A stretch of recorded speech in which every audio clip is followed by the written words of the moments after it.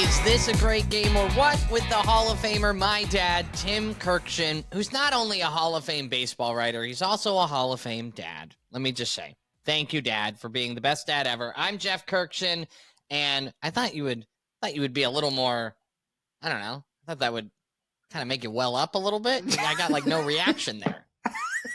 I thought of that on my way home today before recording. I said he's a Hall of Fame baseball writer, but he's a Hall of Fame dad, too. Well, thank you, Jeff. I really appreciate it. And someday you'll be a Hall of Fame son, so that'll be great, okay? Usually you end up repeating a lot of the same jokes to me over these years, but every once in a while you come up with a sharp one. That was a good one, Dad. My pleasure. Can we continue with the show, please? Yeah, we can kick off the show. Here we go. All right. So today is the start of the NFL draft. Now, obviously, we're a baseball podcast. We're not going to be going, who's going in round one? But we want to make sure everybody, if you missed Mel Kiper on the show yesterday, it's on your feed. It was so great. He is so beyond smart, Dad. What he's able to do with his recall of hundreds of thousands of college players. It's incredible. Yeah, he was great, Jeff. And I got a text from my buddy Tim Sullivan today. Like, he said, I can't believe Tim Kurkjian is saying, what is wrong with you? That's what I asked Mel multiple times. The point is, Jeff, the idiosyncrasies, his eccentricities make him so good at what he does. And I'm all for it. Mel is a national treasure, and I can't thank him enough for joining us yesterday. And, he'll be all over the TV for the next 3 nights. It'll be a miracle what he can pull out, heights and weights of players that no one's ever heard of. And it's all legit. And I know, Dad, today that you have a bit of a all football team, an all Major League football team for Team Tim. We're going to get to that list. We did this with Coach Boeheim with great basketball players who were also Major League Baseball players. So we're going to get into that. I'm really excited to hear that list. Want to remind everybody we're 3 days a week now. So you get an episode on Tuesday, Wednesday, and Thursday. Thank you for listening. Subscribe wherever you're listening right now. Hit that follow button. It's completely free. You can also find other ways to listen at greatgameorwhat.com or on YouTube. You can search, Is This a Great Game or What? Dad, we're 1 month into the baseball season. And we've hit this milestone now. This is great. We're finally rolling. Right, we are rolling. And I'll tell you who's rolling. The New York Mets are rolling, Jeff. Oh, I thought you were going to say Scott. All right, no. I get it. Oh, yeah. Look, the Mets are really good, and something special is going on there, Jeff. And I told you this began last year in London when they won that crazy game on Sunday with the 2-3 double play to end a 1-run game, which had never happened before. And it's almost like ever since that time, they have taken off. They were amazing in the postseason last year to even get to the postseason. And through Tuesday, they had the best record in baseball, tied with the San Diego Padres. So something is going on with the Mets. This is not a mirage. And they really haven't started to hit yet because that's the biggest strength of their team. I'm amazed their starting pitching has been as good as it's been. So anyone who's questioning the Mets, you need to watch what they've done so far. Pete Alonso, Francisco Lindor, pretty darn impressive. The NL East has been kind of crazy. We knew the Mets and the Braves and the Phillies were going to be great, and it was going to be an awesome division. I don't think we ever thought that the NL West would be as crazy packed with great teams as it is. But if you had told me 1 month in, the Mets would be in first place in the East and the Braves would be in the hole that they're in, I would tell you that I was surprised. So, this is what baseball's all about. Of course, Jeff. The first month has been totally insane, totally unpredictable. That's what makes it so great. I've slapped my forehead 36 times already this month. Like, how could this have happened? How could we have missed this? It's so good. And speaking of the NL West, Jeff, how about the Padres? Going through Tuesday, they were tied with the Mets with the best record in baseball. I'm not shocked by this. We knew their starting pitching was really good as well as their bullpen, but we know they can hit. They are going to be dangerous all season. First team ever, Jeff, 7 shutouts before the month of May. That's how dominant they've been. And Robert Suarez is their closer. He's the first one to 10 saves, and he got there with a 0.00 ERA. Pretty impressive. Last year, Clay Holmes of the Yankees did the same thing, 10 saves, 0.00. Point is, the Padres are really good. And by the way, Jeff, the Cubs are pretty darn good too. They are the highest scoring team in the major leagues. The way they beat the Dodgers 11-10 on Tuesday night was breathtaking to watch. And they are going to be a very dangerous team moving forward, because I think this offense has staying power as long as Kyle Tucker stays hot. Boy, he's been arguably the best player in the league so far. So watch out for the Cubs. Also, Jeff, we talked about the NFL draft starting today. Of course, the NFL draft is way bigger than the Major League draft, because the guys who get drafted are like ready to play in the NFL like right now. Right. Big difference between the NFL and Major League Baseball. Baseball is such a skillful sport. You need time in the minor leagues and everywhere else in order to get ready. But Nick Kurtz got called up by the Oakland A's. He was the 4th overall pick in last year's draft, and he's already in the big leagues. Big, first baseman, power, from Wake Forest. And I just love that the A's have called him up and said, look, we're building something here. We got to give our fans something even more to look for. So they brought up a kid who had been tearing it up in the minor leagues. And I just love it that they brought him up and said, let's go, kid. Let's see what we can do. I don't want to talk poorly about NFL players or NBA players, but I think it just speaks to the volume of the level of competition that it takes to face a big league pitcher. It is a totally different animal. And when I talk to friends who maybe are just fair weather baseball fans, or maybe not fans at all, I say baseball is the ultimate one-on-one sport. It's isolation. In order for anything to happen, it's me against you. That's the end of the story. Which leads right into our Quirkjians for the week. Jock Peterson, through Tuesday, of the Rangers, was 0 for his last 41. So that's the longest over by a position player, obviously, since Jared Kelenic went 0 for 42 in 2021. So the point is, Jeff, anyone out there who actually thinks he could get a hit off of a major league pitcher, you've got to be kidding me. Jock Peterson is a good major league hitter, and he is hitless in his last 41 at-bats. That's how difficult this game is to play.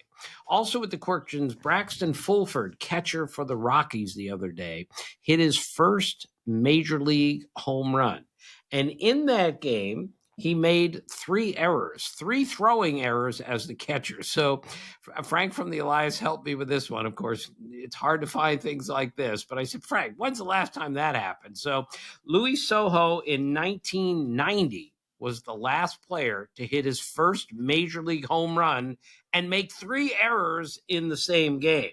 And before that, it was 1965, Roberto Pena, who I don't even remember, and I remember everyone. He made 3 errors in the game in which he hit his first major league homer. Well, and you look at this, Dad, too. Speaking of how difficult this game is, you look at Alex Bregman and all the drama surrounding who was going to play third base, and they were saying, well, he's a great defensive third baseman, and he leads the Boston Red Sox in errors this season. Things happen, crazy games. So right, and it happens every night. If you're really paying attention, that's what the game never ever lets you down. So Addison Barger, outfielder for the Blue Jays, had 3 outfield assists in one game the other day. He threw out a guy at second, not the same guy, a guy at second, third, and home in the same game. Mark Canha was the last guy to throw out. Have 3 outfield assists in one game. That was in 2023. But never forget, Jeff, we talk about 40-40 guys, 40 homers, 40 steals. The first 40-40 guy was Chuck Klein, one of the great players of all time. In 1930, Chuck Klein had 41 outfield assists and 40 homers in the same season. So it's a different 40-40, but he's the first 40-40 guy ever. Think about that for a second. It's more than one every 4 games you throw out somebody on the bases from the outfield.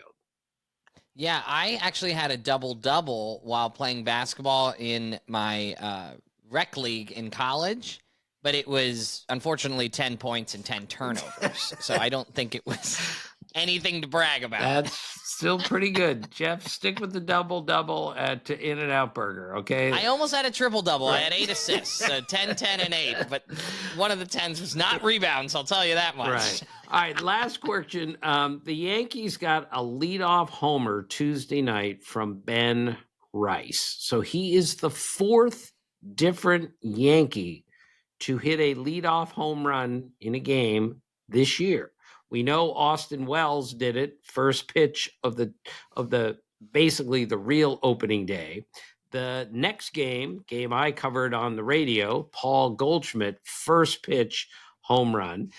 Trent Grisham had one not long ago, and Ben Rice. So 4 different Yankees have hit a leadoff home run this year. The Yankees are the only team ever to have 4 different players do that before the month of May. That's how home run crazy the Yankees have been this year. Well, Ben Rice, Dad, would be a part of your all carbohydrate team, right? The all carb team, right? I don't think was there ever like a Billy Pasta or a Barry Zito? Not really ZD. Right. With that's not close enough. Jeff, I'll get on it. Okay. Okay. And that's what I do. Well, remember the Black Sox, Randy Rigatoni, I think wasn't that his name? No, maybe not. No, that wasn't even close, Jeff. Okay, so Jeff, on this date in baseball history, I love this. Chipper Jones was born on this date in 1972. Chipper is one of the great Atlanta Braves of all time. I'll never forget, he was the overall number 1 pick in the country. So the Braves came to him and they had a pre-draft meeting to see if he was signable. So the meeting took 30 minutes. Chipper didn't even have an agent. His dad, Larry Jones, was his agent. After 30 minutes of a negotiation in Chipper's house, Chipper agreed, and his dad took him upstairs and said, "What are you doing?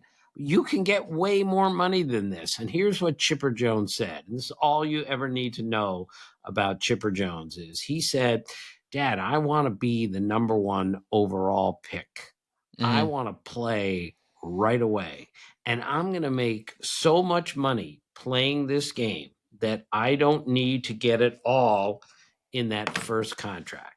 Now, that is a confident young man, and I'm not sure I ever met a more confident player as a young man than Chipper Jones. Like, he knew that he belonged. So I remember asking Bobby Cox once, when did you know, this is his manager, of course, when did you know that Chipper Jones was going to be a great player? And Bobby looks at me and goes, "Oh, the first time I saw him." I said, "What?" He goes, "Oh, that face. That's all I needed to see was that face." I said, "What does that mean?" He said, "Well, great baseball men who do this for a living can look at a guy's face and know that's the face of a baseball player." And boy, was he right. So Chipper had a great rookie year. And after the rookie season was over, he got a baseball signed by Cal Ripken Jr., who, of course, preceded him as a big guy playing the infield in the big leagues. And Cal Ripken wrote on the baseball, "Congratulations, now comes the hard part," meaning congratulations on your rookie year. Now, in order to be that good or better every year after this, that's the really hard part. And when I told Chipper that story, I remember that story like almost 30 years later. Chipper looks at me and he goes, "I still have that baseball on my desk every day to remind me it doesn't matter what you're doing.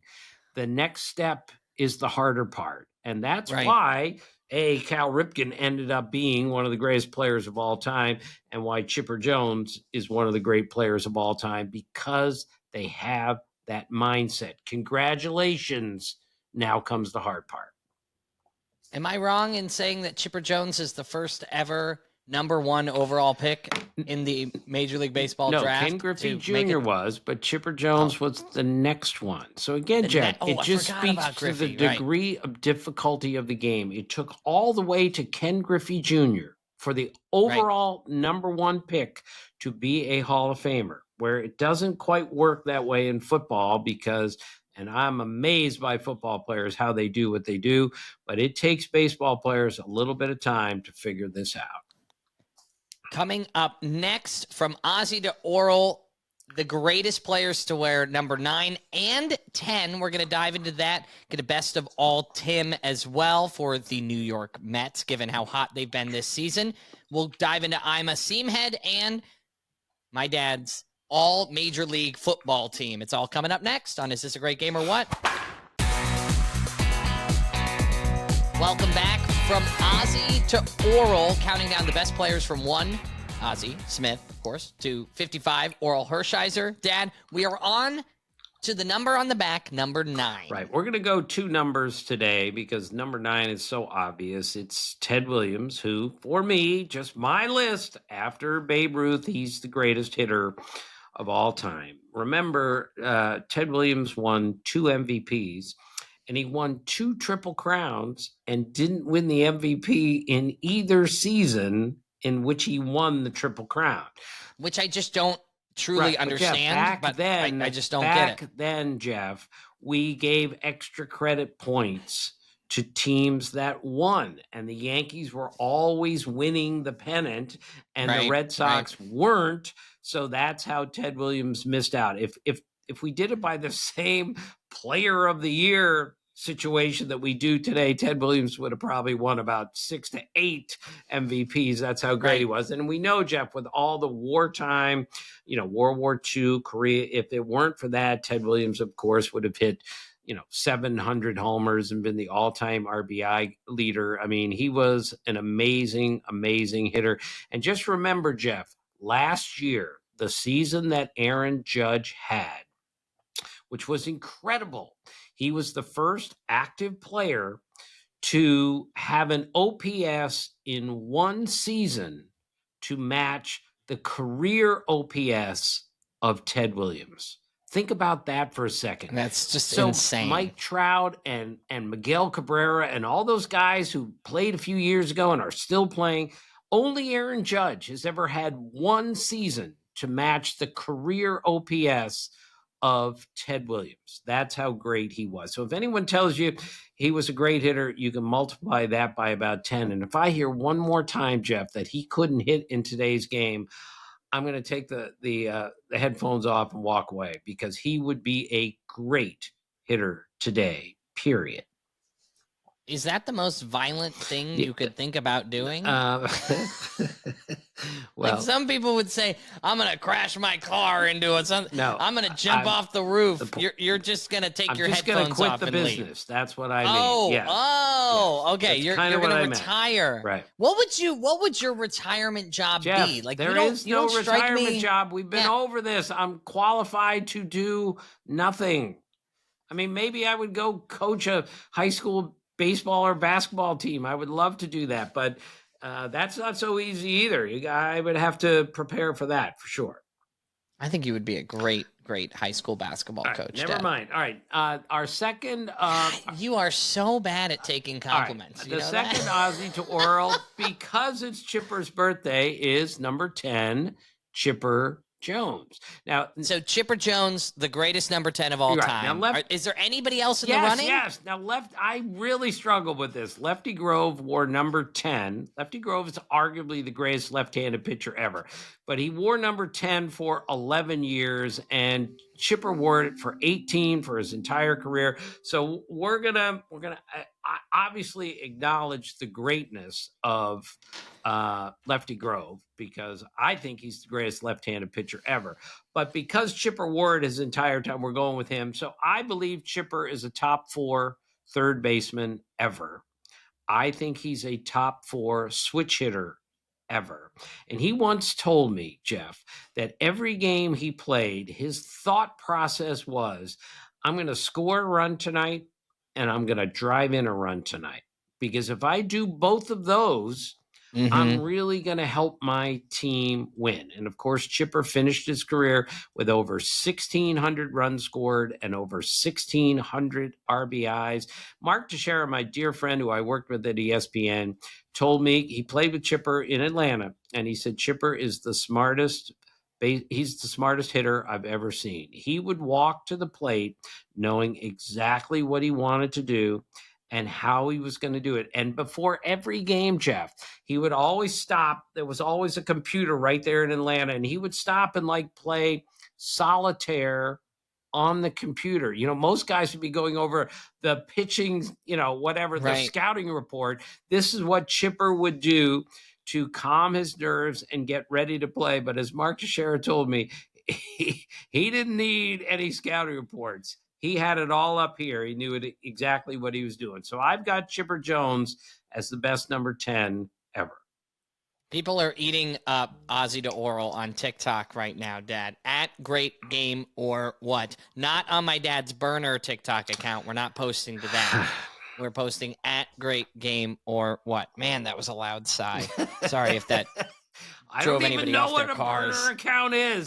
I get all these alerts, and I don't even know what it is. You have to, next time I see you, I want you to take it off my phone, okay? Okay, I will take it off your phone. Dad, best of all, Tim is the best player to play in each franchise. And today, given their hot start in the first month of baseball, we've got the New York Mets. Right. And the greatest Met ever, of course, is Tom Seaver. Sorry, there is not a close second. And remember, Jeff, earlier this week on the podcast, we made it clear that on this date in baseball history, 1970, a couple days ago, Tom Seaver struck out 19 San Diego Padres. The last 10 he faced. So the last 10 batters he faced, he struck them all out, which at the Unbelievable. that time, he was the first pitcher ever to strike out 10 in a row. The point is, Jeff, 311 wins, 286 ERA, 3,640 strikeouts. The only other pitcher in Major League history that can match those three Tom Seaver numbers is Walter Johnson. Did I ever tell you that I went to Walter Johnson High School? When you are the only other person on the list with Walter Johnson, you are really doing something. Tom Seaver is at the worst the 10 to 15 greatest pitchers of all time, and he absolutely was the biggest reason that the Mets won the pennant in '69 and the World Series. No matter how good you think he is, he was better. I want to tell you that I want to shout out a listener. His name is Mike. He emailed us just to, call in about the show and talk about something. And he opened it up with, did I ever tell you I went to Northeast High School? And then he just kept going, right? Like that's how he opened the email. All right, Jeff, before I forget, do you remember the time you spent with Tom Seaver at the Hall of Fame? I do. How long did Tom Seaver give you and me and Wally Ramsey and Gus Ramsey? Gus is my dear friend. Wally's his dad. Oh my gosh. Half an hour in the trophy room, in the plaque room. We got a half an hour with Tom Seaver. He made it. You were 11 years old, and he made us laugh out loud. He made us feel like $1 million, didn't he? Well, he was asking too, as an 11-year-old, he wanted to know about what I was interested in. I was a big theater kid growing up. And so what shows are you doing? What do you like to sing and all? And it was just so neat in that setting for a Hall of Famer to talk to me, an 11-year-old, as an adult. I mean, just one of the best out there. And you were going to sleepaway camp like after that, and he was intrigued by all of that. It was so good. And speaking of Gus Ramsey, my dear friend who used to work at ESPN, he and Tom Seaver, they both lived in Greenwich, Connecticut. And Wally Ramsey, Gus's dad, and Tom were good friends. So when Tom Seaver decided to maybe consider making a comeback after his retirement, he came over to Gus's house and said, I'm thinking of making a comeback. I need to start throwing again. Could you catch me in your driveway? So Gus Ramsey, good athlete, good high school basketball player, caught Tom Seaver in the driveway. It took 5 years for Gus Ramsey to tell me that story. I said, Gus, how could you bury the lead for 5 years? That's how I would introduce myself. Hi, I'm Tim Kurkjian. When I was 18 years old, I caught Tom Seaver in my driveway. How could anything get better than that? That needs to be his intro at Full Sail University's Dan Patrick School of Broadcasting. I mean, that just needs to be it. Hi, thank you all for being here. And right, exactly. So Tom Seaver threw him a bunch of fastballs, then looked at Gus and said, all right, I'm going to throw some sliders now. And Gus said, oh, okay. I think it went okay. So, all right, what do we got next, Jeff? Dad, this is a segment we do now at the end of every week, 3 episodes a week. I am a seam head. And I want to give a big shout out to Brad Taylor, because his seam-headedness has to do with his love and obsession for the Salt Lake Trappers, which you might not be familiar with, but you know who is familiar with them is Bill Murray, the great Bill Murray. So let's listen to why Brad Taylor is a seam head. Jeff and Tim, I love your podcast. My name is Brad Taylor. I'm from Syracuse, Utah, and I am a seamhead because in the summer of 1987, as a 9-year-old boy, the Salt Lake Trappers, the only professional team here in Utah at the time, set a modern-day pro baseball record by winning 29 consecutive games. Also at the time, they were owned by 2 brothers, Bill Murray and Brian Doyle Murray.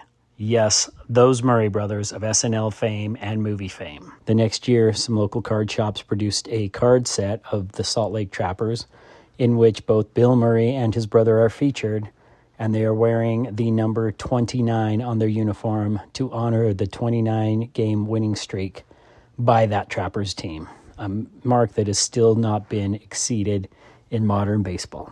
I've got a large baseball card collection, but these are 2 of my favorites.